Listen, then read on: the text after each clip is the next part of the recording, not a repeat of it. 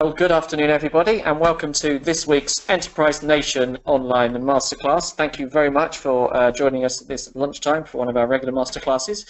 For those of you that have listened regularly, this one is a little bit different. It's not the usual presentation, it's a little bit of a conversation. But before we get started, just to say also this masterclass is part of our Go and Grow online campaign, which is our campaign to help small businesses do things better on the internet and ones that are already doing it to do it even better. It's sponsored by 123reg and Microsoft, and to find out more about all the events and content we've got as part of this campaign, go to enterprisenation.com/go and grow, and you can give us a tweet with the Go and Grow hashtag. So as I said, this one is a bit of a chat with an inspirational entrepreneur, and I'm delighted to say that our first entrepreneur in this series is Rob Law, the founder of Trunki. Hello, Rob. Good afternoon, Dan and Enterprise Nation. Yeah, thank you very much for joining us. Now, I've known Rob for a while, and I should have favourites, but Trunki is one of my favourite businesses. But I'll try and act non-biased. So me and Rob are going to have a 15-minute or so chat about Rob's journey and his latest new product that he's launched into a new market and all sorts of issues, and obviously how he uses the internet to grow a business. And then the last 15 minutes or so is over to you for your questions. So if you've got any questions to get some advice based on Rob's massive experience, post them into the chat box that you should see on your screen, and we'll get to them towards the end. So Rob, let's get started. So first of all, take me back to the very beginning. How did the idea for Trunki happen? Way back in 1997, wow. I studied product design at university and entered a national luggage design competition sponsored by a plastics manufacturer. So I went down to my local department store, Phoenix in Eldon Square, if any of you are familiar with Newcastle, and found myself looking at adult luggage. It was all black, boring, and couldn't really find any inspiration, but I did note that hard moulded plastic suitcases were all the rage. I then drifted into the kids' toy section, and maybe it's the inner child in me, but looking at the ride-on toys, I sort of thought, well, ride-on toys are made using a different manufacturing technique. It's called rotational moulding. It wastes a lot of space, but you're probably all familiar with ride-on tractors and things with little seats that can lift up with enough storage space for an apple or so. And I thought, well, why not use this technology that's all the rage in adult luggage and make an injection moulded suitcase that would maximise the volume and the storage capacity, but sculpt it and ergonomically design it so toddlers could ride on it. So that was the eureka moment. I won the competition. Went on to try and talk to various luggage manufacturers and toy manufacturers who both thought I'd invented the opposite product. So Carlton Luggage, if you remember those guys, thought I'd invented a toy, and Mookie Toys thought I'd invented some luggage, so I couldn't get anyone to take the product on. I then focused on my studies, travelled internationally working as a product designer back in 2002, came back to the UK, qualified for a Prince's Trust startup loan and business funding support, and really got a business plan together to license the Trunki. I approached a startup toy company who I got a successful global licensing deal away with, but over the next 3 years they only had one customer in Saudi Arabia who bought Trunki. In all fairness, they did show a lot of people, but they were pitching it at the wrong angle. They were pitching it as a ride-on toy, not a lifestyle brand that offers benefits to parents. So they went bust, and in October 2005, and I decided I could probably do a better job myself. I'd been working as a design consultant. One of my biggest clients was Unilever, working with brand managers.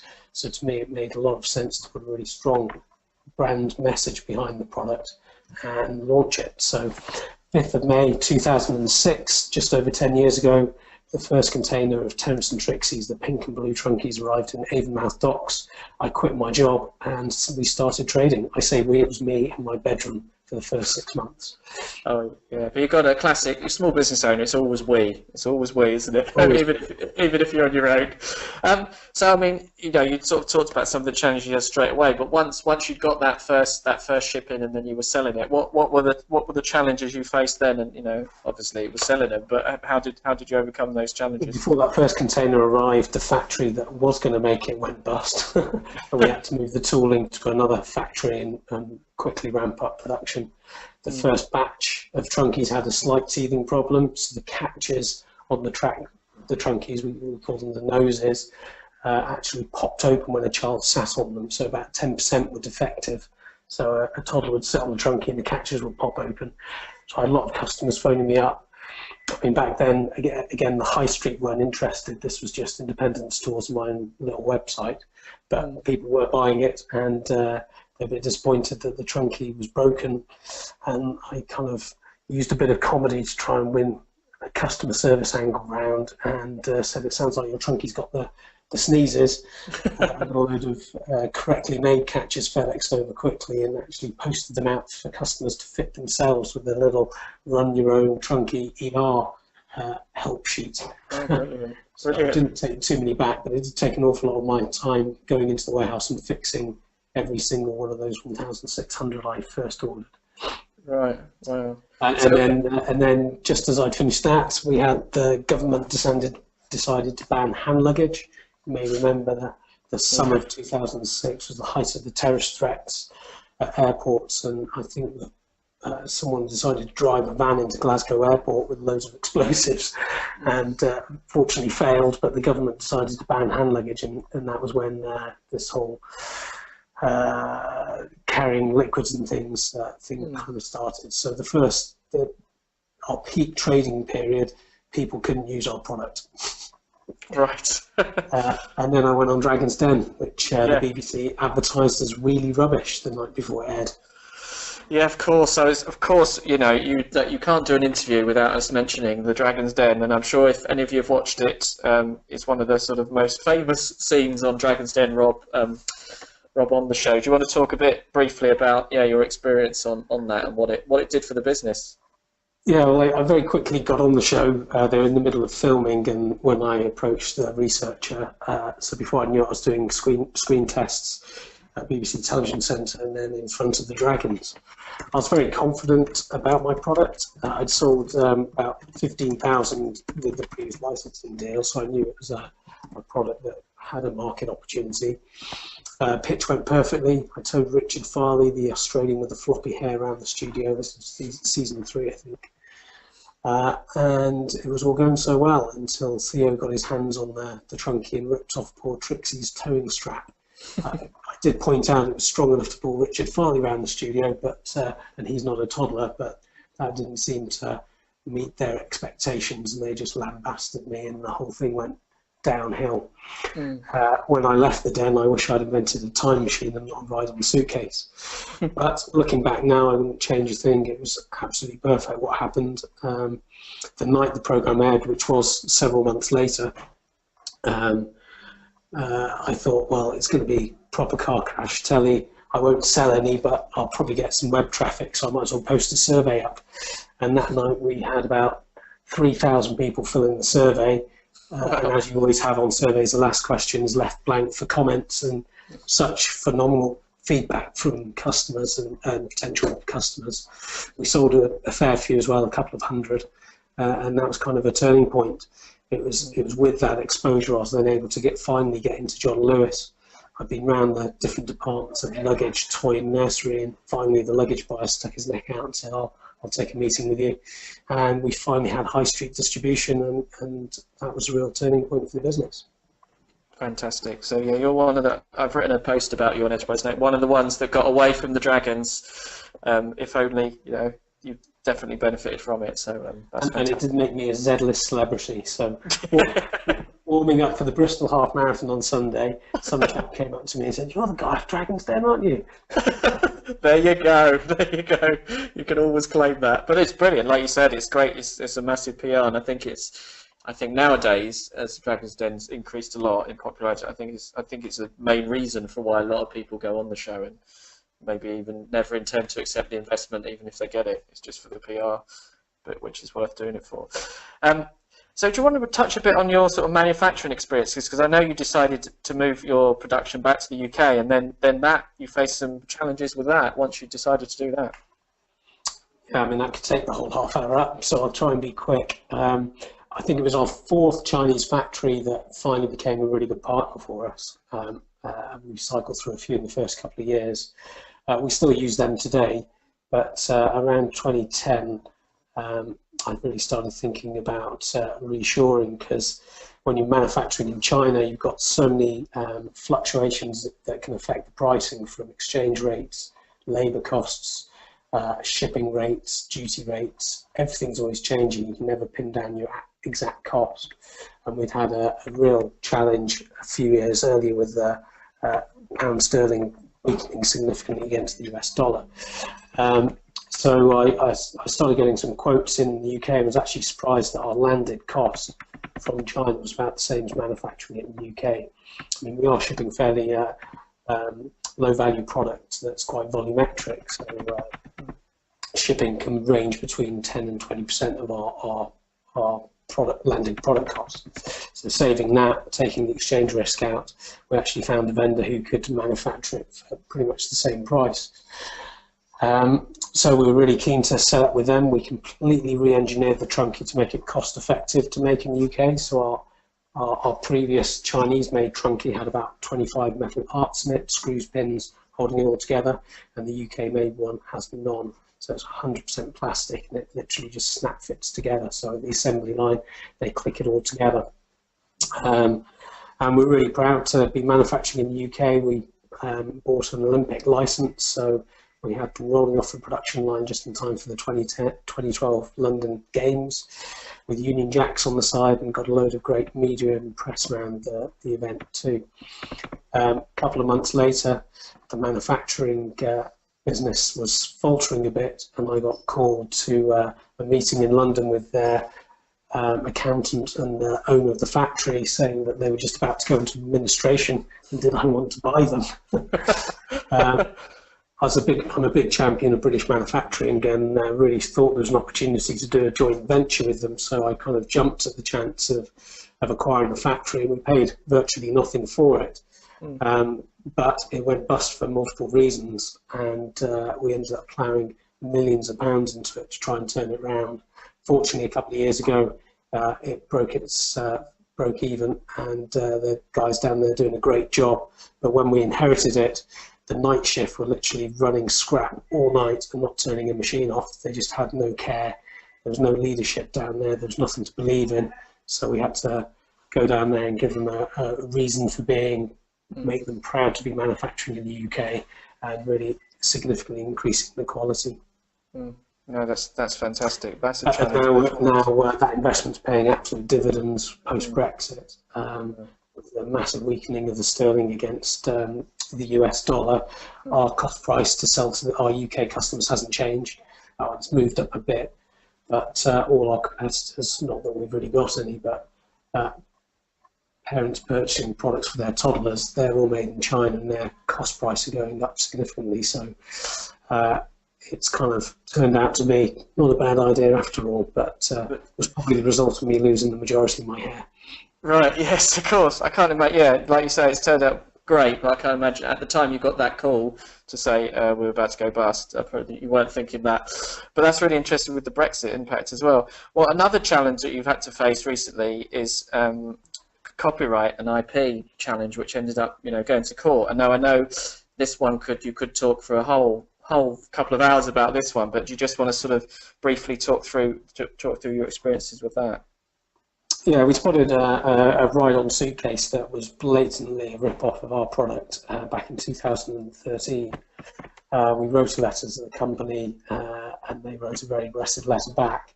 My lawyers in London had told me that they'd had dealings with this company before. They're called PMS International, and their business model is essentially copying successful products. So if I wanted to really fight this, it would probably have to go the whole way. We ended up getting a European-wide injunction stopping them selling the product. We went to the High Court. We won at the High Court, so it was all great. This was kind of the summer of 2013, and it was all looking good. They then appealed the court decision, and a year later we went to the appeal court, where the appeal court overturned the High Court decision, and we were now the losers. We then decided to take this to the Supreme Court, the highest court in the land. That took another year before we got our hearing, and last November we went to the Supreme Court, where they decided to uphold the appeal court's decision, and we are the losers. We've now been sued by the infringing manufacturer for them copying our design, and have spent close to £1 million on it. Wow. So pretty deep war in there, but something I'm still proud that we stood up to these copyists. I was really keen to get a lot of press out of it initially to let people know that there's a dodgy copy on the market and not to buy it. But it turned out that no one talks about being copied, so the press were really keen to hear the story. We got lots of press out of it, which was a pretty good thing. Did you see a lot? Well, we had it was looking pretty bad when Tesco's listed their product for one Christmas, but it didn't sell. The product was falling apart on the shelf, and they probably got dealt a very heavy fine by Tesco's for returning the product. That scuppered our chances getting into Tesco's for about a year, but we've recently done a big promotion with Tesco's that was a huge success. So their product hasn't actually had any traction in the market in the UK. Because we're badly designed, but and I'm waffling on. I'm mindful of time of how long to spend on this, but essentially the British government or the powers that be don't like open competition and are less favourable than our European colleagues who prefer some protectionist measures to protect their creative industries. So the British government quite a champion of open competition. Yeah, we'll move on to another subject. Like you say, we could talk about that lot, but that's definitely one to sort of look into for people. Bear in mind. Now, obviously, as I said, this conversation is part of our Go and Grow Online campaign, which is all about using the web. And I know that the web and social media has been a key driver behind a brand new product that you've recently launched. So do you just want to give us sort of an overview of how you do use the internet and the web and how it's played a part in launching that new product? Sure. Well, a few years ago, we were supplying all the high street retailers, Mothercare, Kitty Care, Amazon, John Lewis, and everyone was fighting on price. We've got a fairly well searched for term with Trunki, and they were using us as a loss leader to get people on their websites, and the price was spiralling down and down, and you can't talk to retailers about pricing. It's anti-competitive and illegal, so you can't control it. And I started thinking, well, I started off with a website, that did quite well back then. Then I employed salespeople who told me to focus on retail and not on my website. But all the retailers are selling online now, not so much in store. So a few years ago, we put in place a strategy to really focus back on our website, start bringing in a team to start trading it and focus on our social media. And that's grown to be our second biggest global customer, our own website, and we now have launched sites in France, Germany, and the US, alongside the UK. So then, kind of taking that knowledge and developing our new product, which we call Journey, which is a sit-on, glide-on suitcase for teenagers, a kind of black plastic trolley bag that kids can sit on. It's got a portable pod that can pop out with their essentials to be kept, like gadgets and electronics and things.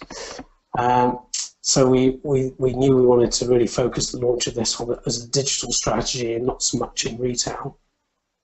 So we launched our Journey website. We actually launched it on Indiegogo initially. Just we knew that teenagers wanted to aspire to buy adult products. They didn't want to buy toys anymore. So we created this aesthetic for the product that looked like an adult product, but it was essentially designed for tweens and teens.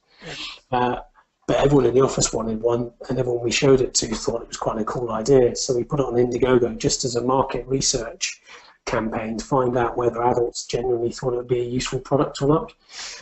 Turned out 80% of our customers on Indiegogo were adults. So that was a big learning for us. But we've developed this product for teenagers to hit a certain price point, so it's not going to be a comparison for a Samsonite product that costs several times more. And it's kind of come full circle now, where we're actually getting slammed on Amazon at the moment by international business travellers who spent 80 quid on our Journey suitcase that they can sit on and glide along and do all these cool things with. But the base scuffs, and it's called a scuff base, and it's designed like a skateboard for teenagers. But yeah, it's been an interesting marketing journey for it.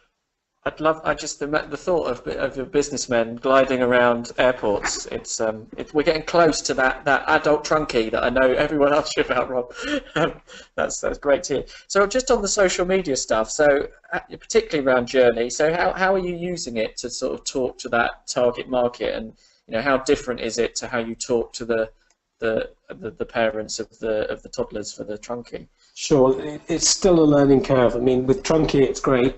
Virtually all our target market are on Facebook, and they've got 18 months to 4-year-olds. So that's our kind of core. So it's quite easy to focus in and talk to them about parenting, kids, travel, that kind of stuff. With Journey, it's trying to understand who's using which platform and what message we need to communicate. So initially we were making our Facebook page quite trendy to try and engage with travel bloggers, but more recently we're now changing the message on our Journey Facebook page to be more about family travel and showing more kind of actual age kids using it rather than aspirational older kids using it.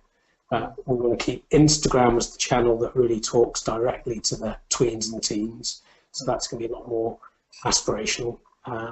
But we're kind of changing our strategy around the Facebook page to talk more to parents. So obviously with the Trunki, Facebook has a great following, but that's of much parents with much younger children, so we kind of need to separate out the ones who've grown out of their Trunki, bring them over to the Trunki Facebook page to talk about the value the product has and giving advice about family travel. Well, I think it's time to get on to the questions because I'm hogging it and we've had lots of coming in. So Karen has asked, she's gone back to sort of stocking in big retailers. She's asked, hi Rob, just wondering if John Lewis contacted you or you contacted them, and what are your tips for going about securing stockists? I've been trying to get into them, so they hadn't contacted me. It's a real challenge going into retail, especially the bigger chain stores, because they have so many terms. So when you do get in front of the retailers, don't tell them your price. It's rule number one. Even though it goes against what you'd have thought you should do, you need to find out what all their terms are first. How much do they want off the invoice for paying you on time, called early settlement discount? How much do they want for marketing contributions, for shelf listings, for all these kind of things, because it can add up to between 10 and 20%. So when you know exactly how much they want, you put that onto your price and you charge them accordingly. Okay. And when you sort of meet buyers and stuff, the sort of talking to them and the pitch. I mean, we do a lot at Enterprise Nation about meeting buyers, and we've recently worked with a big John Lewis buyers. But what's your sort of strategy for how to talk to them and how to maintain a good relationship with them? Initially you've got to talk very confidently and passionately about your product, but you need to back that up with some sort of facts and figures that prove the market are interested, and try and make your pitch relevant to that particular retailer. So understand who their customer is for like a John Lewis customer, for instance, and tell them why their particular customer base would be interested in your product. So so you kind of almost need to customize every presentation to make it relevant to them. Ongoing relationships, you then kind of move into, they're then more monitoring rate of sale and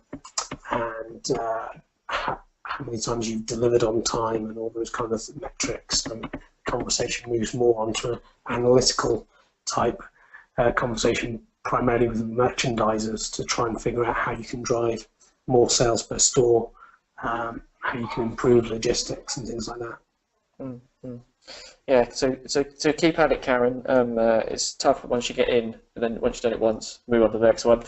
David has asked, what did you find was the best way for people to see your product in the early stages? I guess he means, when you first started, you just had your own website. So I mean, how is that how people were finding you, just by stumbling across the product online? It was mainly a PR campaign, so I knew I had no marketing budget, but I understood the power of PR. And back then it was primarily print rather than online, so I employed a PR agency, put all my spare funds into that, and really drove awareness through editorial content. I had brightly coloured suitcases, really nice product photography, and it was a nice little story about what the product offered. So we had quite a lot of uptake by editors who would publish little articles about Trunki. So that was the main method we got communication out. The catch-22 back then was they can't write about it if you can't buy it. So if you're not in any stores, where are you going to buy it? Fortunately, the solution was the website, and now pretty much everyone has their own website anyway, so it's not such a problem. But yeah, you need to. PR's changed now, so it's a lot more digital. People aren't buying so many magazines, and it's a bit of a quagmire to try and trog through and try and figure out what your best bang for buck is.